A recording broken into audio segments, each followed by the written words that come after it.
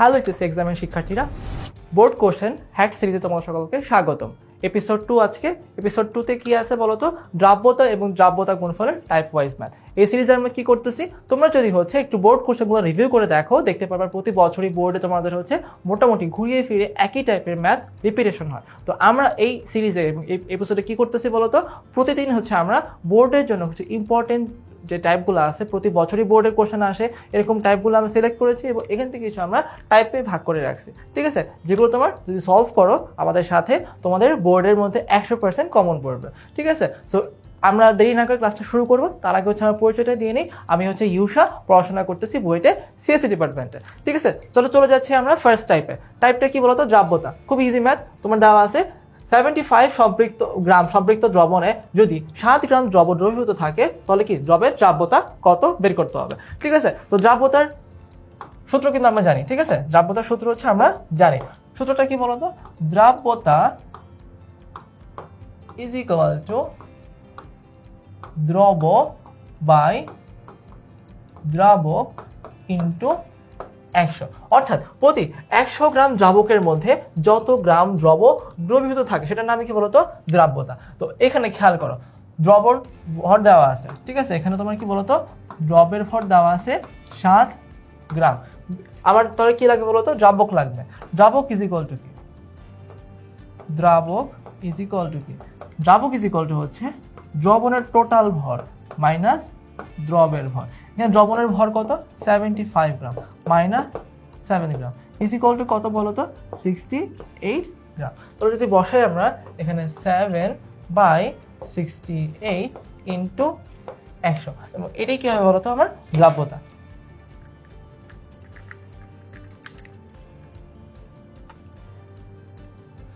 $10.29, ঠিক আছে? এবং টাইপ 1 ছিল এটা। এরপরে চলে যাচ্ছি আমরা সেকেন্ড টাইপে। এটা কি বলতো? 30 ডিগ্রি সেলসিয়াস তাপমাত্রায় 110 মিলি সম্পৃক্ত জলীয় দ্রবণ প্রস্তুত করা হলো 1.15 আপেক্ষিক গুরুত্বের কোনো পদার্থের 20.7 গ্রাম দ্রব দ্রবীভূত আছে, দ্রাব্যতা কত বের করতে হবে, ঠিক আছে? তো অ্যাগেইন ফর্মুলা কিন্তু আলাদা কিছু না, ফর্মুলা হচ্ছে একই। দ্রাব্যতা is equal two দ্রব by দ্রাবক into 100। খেয়াল করো, কিন্তু দ্রবর ভর দেওয়া আছে ডিরেক্টলি। দ্রবর ভর কত দেওয়া আছে বলতো? 20.7। আবার লাগবে কার ভর বলতো? দ্রাবকের ভর। এখন দ্রাবকের ভর আমরা কিভাবে বের করতে পারবো? এখানে খেয়াল করো, এখানে খুব ইম্পর্টেন্ট একটা হিন্স দেওয়া আছে।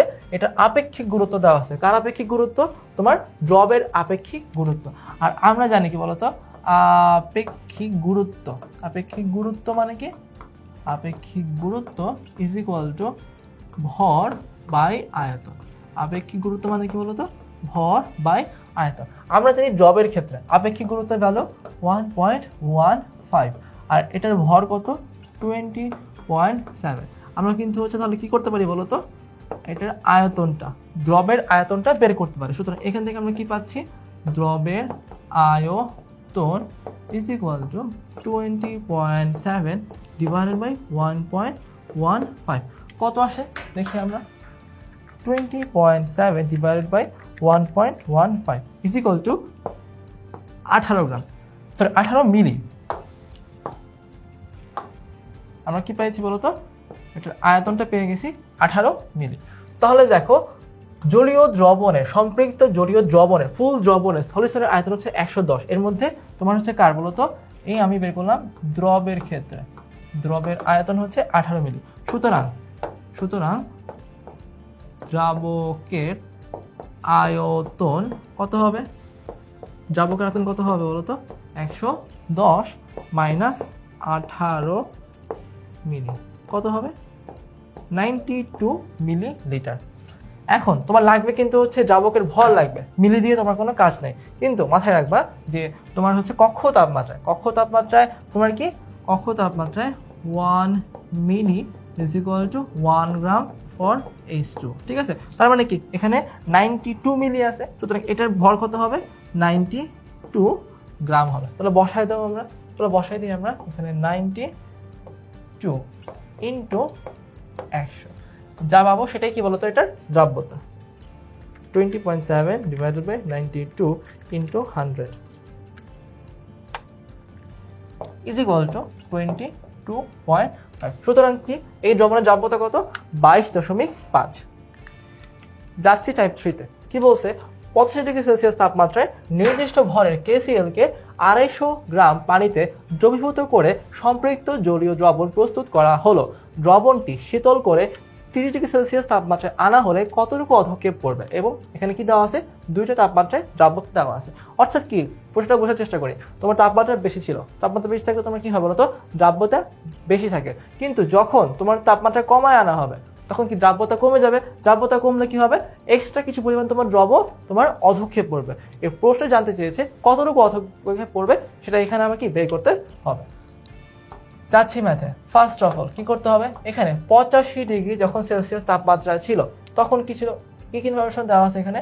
এখানে দেওয়া আছে দ্রাবক পানির ভর দেওয়া আছে। মানে এখানে কি দেওয়া আছে বলতো? দ্রাবক পানির ভর ইজ ইকুয়াল টু 250 গ্রাম। তারপর কি দেওয়া আছে বলতো? দ্রাব্যতা দেওয়া আছে। 85 ডিগ্রিতে দ্রাব্যতা দেওয়া আছে। দ্রাব্যতা ইজ ইকুয়াল টু কত? 53.5 গ্রাম। যদি কি দ্রাব্যতা দেওয়া থাকে, দ্রাবক দেওয়া থাকে, তাহলে কি বের করতে হবে বলতো? আমরা দ্রব্য বের করতে পারবো না। আমরা জানতাম কি যে দ্রাব্যতা is equal two দ্রব by দ্রাবক into 100। এখানে আমি জানি কি? দ্রাব্যতা জানি, দ্রাবক জানি। সুতরাং দ্রব ইজ ইকুয়াল টু কি হবে? 53.5 into 250 divided by 100 is equal to কত আসে?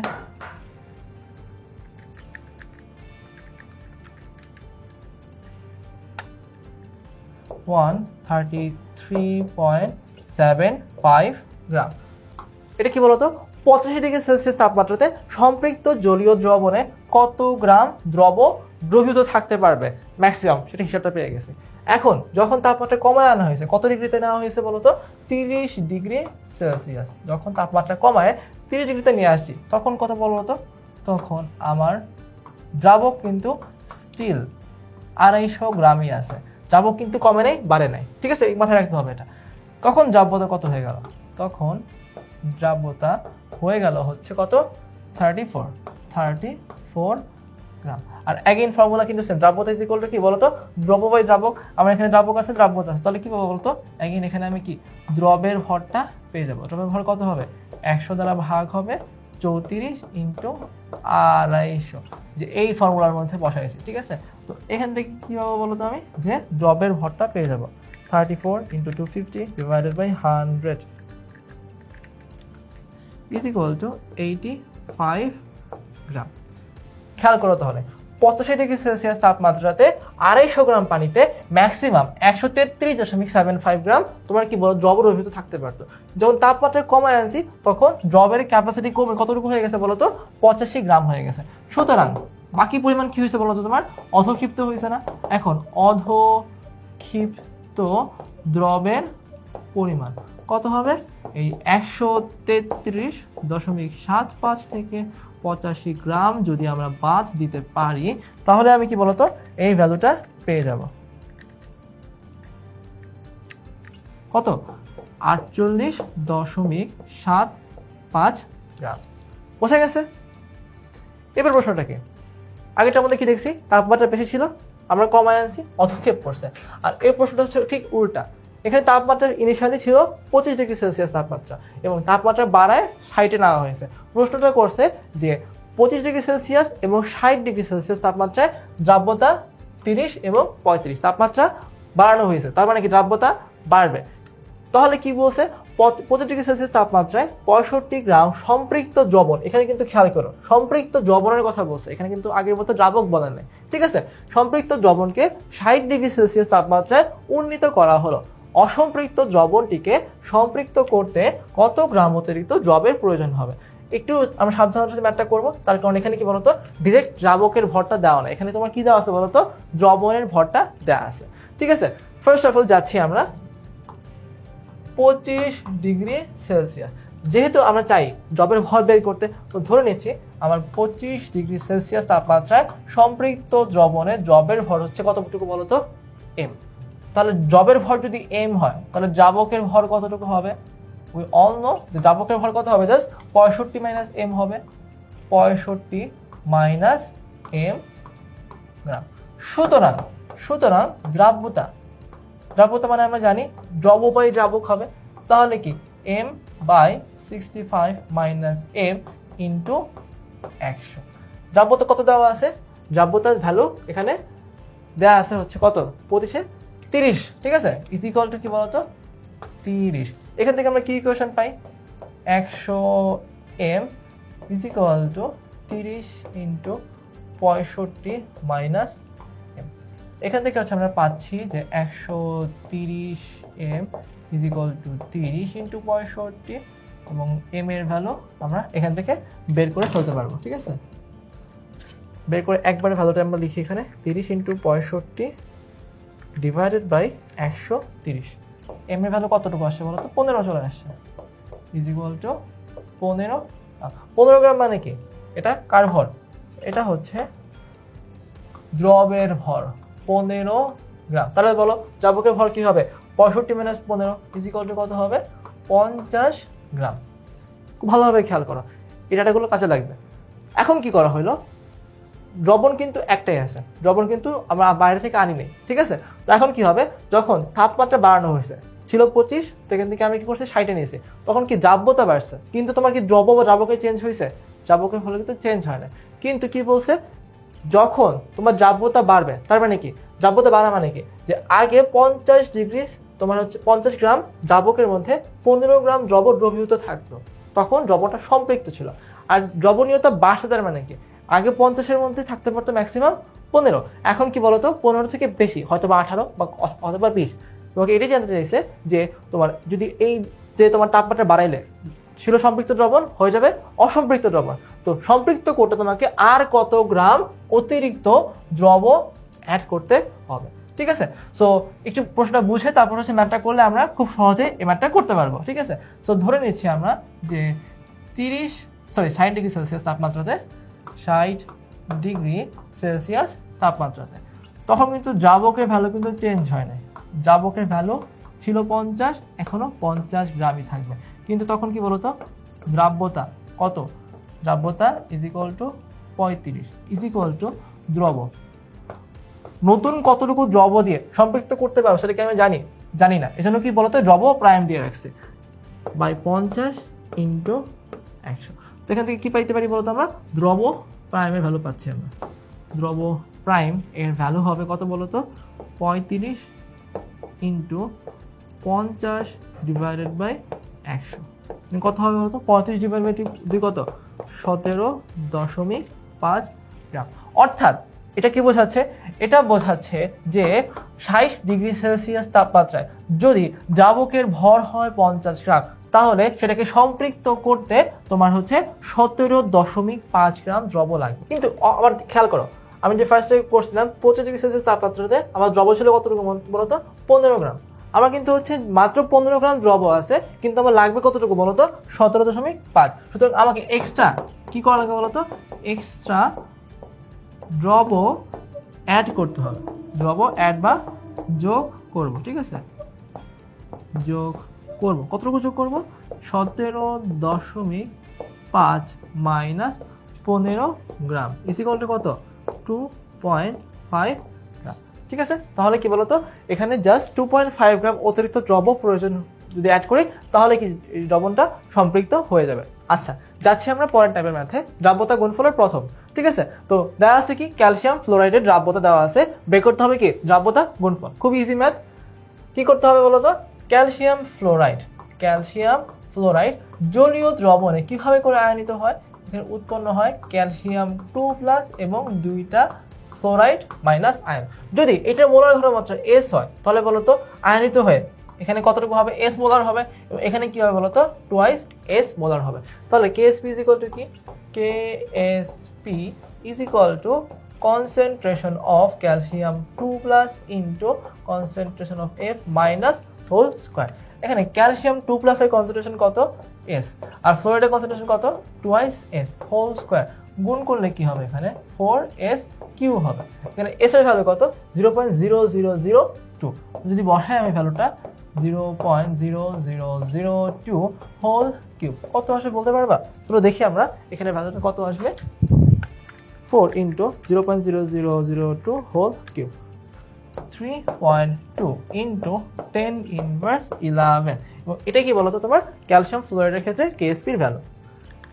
যাচ্ছি পরের ম্যাথে, কি বলছে 25 ডিগ্রি সেলসিয়াস তাপমাত্রায় বেরিয়াম ফসফেট এর দ্রাব্যতা গুণফল দেয়া আছে এবং এখানে বের করতে হবে বেরিয়াম ফসফেট এর সম্পৃক্ত দ্রবণে বেরিয়াম 2+ ফসফেট 3- এর মোলার ঘনমাত্রা কত হবে এবং বেরিয়াম ফসফেটের দ্রাব্যতা কত সেটাও নির্ণয় করতে হবে। আগের ম্যাথটা জাস্ট ভাইস ভার্সা, দ্রাব্যতা গুণফল দেওয়া আছে, বের করতে হবে দ্রাব্যতা কত। ঠিক আছে, তো আগের মতো কি করতে হবে বলতো, বেরিয়াম ফসফেট জলীয় দ্রবণে কিভাবে করে আয়নিত হয়, জলীয় দ্রবণে কিভাবে করে আয়নিত হয়। এখানে কি উৎপন্ন হবে, 3টা বেরিয়াম 2+ হবে না, এখানে তোমার আয়নিত হয়ে 3টা বেরিয়াম 2+ হবে এবং 2টা PO4 3- উৎপন্ন হবে। যদি এইটার মোলার দ্রাব্যতা S হয়, এখানে কি হবে বলতো ট্রাইস S হবে, এখানে টুয়াইস S হবে। তাহলে এটার ক্ষেত্রে KSP ভ্যালু কত হবে বলতো, KSP ভ্যালু বেরিয়াম এর ঘনমাত্রা হোল কিউব ইন্টু ফসফেট এর ঘনমাত্রা হোল স্কয়ার, তাহলে কি হবে 3s whole cube into 2s whole square. 3 cube 27, 2 square 4, গুণ করলে কত হবে 108s টু দি পাওয়ার 5। এখানে দেখো তোমার KSP ভ্যালু দেওয়া আছে, এটাই কি বলতো তোমার KSP এর ভ্যালু না। তাহলে যদি বসাই আমরা যে 6 into 10 to the power -39 equal to এত, তাহলে এখান থেকে কি পাবো বলতো আমরা S এর ভ্যালুটা পেয়ে যাবো। এবং ভ্যালুটা কত হবে চলো বের করি আমরা, 6 into 10 to the power -39 divided by 108 shift, okay answer কত 8.89 ইন্টু 10 টু দি পাওয়ার -9। এবং এই ঘনমাত্রা কীভাবে আসছে বলতো, মোল পার লিটারে। এস দ্বারা কি বোঝায়, দ্রাব্যতা বোঝায়, আবার একই সাথে মোলারিটিও কিন্তু বোঝায়। ঠিক আছে, তাহলে আমি কি বের করতে বলছি এখানে, বেরিয়াম 2+ ফসফেটের ঘনমাত্রা দেখো তো কত, এই যে বেরিয়াম 2+ এর ঘনমাত্রা কত 3s আর ফসফেটের ঘনমাত্রা 2s। আমি কিন্তু অলরেডি এস এর ভ্যালু বের করে ফেলেছি, সো বাকিটা কিন্তু আমার জন্য ডাল ভাত। বেরিয়াম 2+ এর ঘনমাত্রা কত হবে 3 ইন্টু এই ভ্যালুটা, এই ভ্যালু কত 8.89 ইন্টু 10 টু দি পাওয়ার -9। তারপর কি বলতো, ফসফেট আয়নের ঘনমাত্রা PO4 3- ইজ ইকুয়াল টু কত হবে 2 into 8.89 into 10 to the power -9। আর লাস্টে কি বলছে বলতো, বেরিয়াম ফসফেটের দ্রাব্যতা কত হবে, এস এর সমান হবে না, জাস্ট Ba3PO4 হোল 2 এর ঘনমাত্রা 8.89 into 10 to the power -9। By the way সবগুলোর কিন্তু ইউনিট আছে, এবং ইউনিটটা হচ্ছে কি বলতো মোল পার লিটার, ইউনিটটা দেওয়া লাগবে। ঠিক আছে, যাচ্ছে পরের টাইপে। এখানে কি বলছে 25 ডিগ্রি সেলসিয়াস তাপমাত্রায় ক্যালসিয়াম অক্সাইডের দ্রাব্যতা গুণফল এত গ্রাম পার লিটার এককে। দেখো খেয়াল করো, এটার মধ্যে কি বলছে গ্রাম পার লিটার এককে ক্যালসিয়াম অক্সাইডের দ্রাব্যতা নির্ণয় করো এবং 100 মিলি সম্পৃক্ত দ্রবণে কত গ্রাম ক্যালসিয়াম অক্সাইড আছে সেটাও নির্ণয় করতে হবে। আগের সাথে ডিফারেন্স কি, আগেরটার সাথে ক্ষেত্রে আমরা বেরিয়াম ফসফেটের ঘনমাত্রা বের করছি কি বলতো মোল পার লিটার ইউনিটে, আর এখানে বের করতে হবে কিসে বলতো গ্রাম পার লিটার। এতটুকু ডিফারেন্স, ঠিক আছে, আর বাকিটা কিন্তু সবকিছু সেমই আছে আগের মতোই। আমরা কি করবো বলতো, ক্যালসিয়াম অক্সালেট জলীয় দ্রবণে কিভাবে করে আমার আয়নিত হচ্ছে, এখানে কি উৎপন্ন হচ্ছে ক্যালসিয়াম 2+ উৎপন্ন হচ্ছে, আর এখানে C2O4 2- উৎপন্ন হচ্ছে। যদি এইটার মোলার দ্রাব্যতা হয় S, এখানে হবে S এবং এখানে কি হবে বলতো S। সুতরাং এখানে KSP ইজ ইকুয়াল টু কি হবে, KSP is equal two calcium 2+ এর ঘনমাত্রা ইন্টু C2O4 2- এর ঘনমাত্রা কত হবে S into S is equal two S square. এখানে S স্কোয়ার বা KSP ভ্যালু দেওয়া আছে কতটুকু বলতো 2.3 ইন্টু 10 টু দি পাওয়ার -9। এখান থেকে কি বের করতে পারি বলতো, আমরা S এর ভ্যালুটা বের করে ফেলতে পারি। √2.3 into 10 to the power -9, 0.79 into 10⁻⁻5 mole per litre. এখানে প্রশ্নের মধ্যে কি বলছে? গ্রাম পার লিটার এককে, ঠিক আছে, গ্রাম পার লিটার এককে। এবার পাইছি কি এককে বলতো? মোল পার লিটার এককে, ঠিক আছে। এখন বলো তো মোল থেকে কিভাবে গ্রামে নিতে হয়? ফর এক্সাম্পল তোমাকে প্রশ্ন করলাম আমি যে 1 মোল ক্যালসিয়াম অক্সালেটের ভর গ্রাম এককে কত, ঠিক আছে, কত গ্রাম ক্যালসিয়াম অক্সালেট। আমরা জানি যে এই যৌগটার যদি আণবিক ভরকে আমরা গ্রামে নেই তাহলে কি পাবো বলতো? আমরা জাস্ট কনভার্সনটা হয়ে যাচ্ছে। এটার আণবিক ভর কত? 40 প্লাস 12 ইন্টু 2 প্লাস 16 ইন্টু 4। এটা কি বলতো? ক্যালসিয়াম অক্সালেটের আণবিক ভর। এবং যদি ক্যালকুলেটারে করো এই ভরটা পাবো কত বলতো? 128। তার মানে কি 1 মোল ক্যালসিয়াম অক্সালেটের সমান 128 গ্রাম। সুতরাং কি এত মোল সমান কি হবে? তুমি জাস্ট এই ভ্যালুটাকে গুণ করে দিবে কার সাথে বলতো? 128 সাথে যদি গুণ করে দাও, যদি 128 সাথে গুণ করে দাও তাহলে কি আমরা বলতো গ্রাম পার লিটার এককে এটার দ্রাব্যতাটা পেয়ে যাচ্ছে। 4.79 10⁻⁻5 ইন্টু 128, 6.1312 ইন্টু 10⁻³ গ্রাম পার লিটারে পেয়ে যাচ্ছে। এখন আরেকটা পার্ট বাকি আছে। পার্টে কি বলছে বলতো? প্রতি 100 মিলি সম্পৃক্ত দ্রবণে কত গ্রাম ক্যালসিয়াম অক্সালেট আছে সেটা কিন্তু এখানে স্টিল মিসিং আছে। এটা কিভাবে করতে হবে বলতো? দ্রাব্যতা এত গ্রাম পার লিটার, দ্রাব্যতা এত গ্রাম পার লিটার, তার মানে কি? তার মানে হচ্ছে প্রতি লিটারের মধ্যে কত গ্রাম ক্যালসিয়াম অক্সালেট আছে। তোমাকে বের করতে বলছে কি বলতো? 100 মিলি। তাহলে কি বলতে পারি বলতো? এখানে 100 মিলি সম্পৃক্ত দ্রবণে আছে 6.13 ইন্টু 10⁻³ গ্রাম ক্যালসিয়াম অক্সালেট। সুতরাং 100 মিলি দ্রবণে কত গ্রাম আছে বলতো? 1000 যদি এত থাকে, 100 কত থাকবে? তার 10 ভাগের 1 ভাগ থাকবে। যদি ভাগ করে দিই ডিরেক্ট 6.13 10⁻⁻4 গ্রাম। তো এটা কি হবে বলো তোমার? পার্ট 2 এর অ্যান্সার। আর আমরা হচ্ছে এখানে পাচ্ছি পার্ট 1 এর অ্যান্সার, ঠিক আছে। টাইপ 3 শেষ, যাচ্ছি আবার টাইপ 4 এ। ওকে, চলে আসি টাইপ 4 এ। টাইপ 4 এর মধ্যে প্রশ্নটার মধ্যে কি আছে চলো দেখি আমরা। 35 ডিগ্রি সেলসিয়াস তাপমাত্রাতে PbI2 এর দ্রাব্যতা গুণফল দেওয়া আছে। বলা আছে এই তাপমাত্রায় দ্রবণে PbI2 এর 65%, খুব ইম্পর্টেন্ট একটা লাইন, মিস করা যাবে না, ঠিক আছে। 65% যদি বিয়োজিত হলে PbI2 এর দ্রাব্যতা নির্ণয় করতে হবে, ঠিক আছে। তো এখানে কি করতে হবে? আগে হচ্ছে আমরা আয়নিত করি, ঠিক আছে।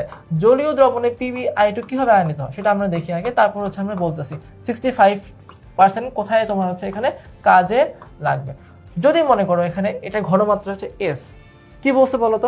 সম্পূর্ণ আয়নিত হয় না, এটা তোমার কি বলতো একটা পার্সেন্ট আয়নিত হয়েছে। তো S এর 65% কত? 0.65 S। তাহলে এখানে কত হবে বলতো? 2 ইন্টু 0.65 S হবে না? 2 ইন্টু 0.65 S হবে। তাহলে কি পাচ্ছি আমরা বলতো? KSP পাচ্ছি। KSP ভ্যালু কি হবে?